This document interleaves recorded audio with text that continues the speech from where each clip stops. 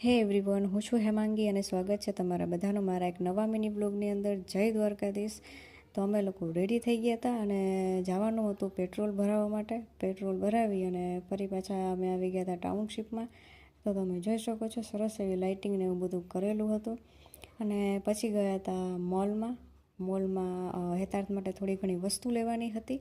અને મોલમાં જાય એટલે હેતાર્થને ફિશ હાઉસ જોવા તો જવું જ પડે, એના વગર એને ચાલે જ નહીં. તો ફિશ હાઉસ છે, એમાં ઘણી બધી અલગ અલગ પ્રકારની એવી ફિશ છે. પહેલાંય મેં મિની બ્લોગમાં નાખેલું જ છે, ના જોયું હોય તો જોતા આવજો.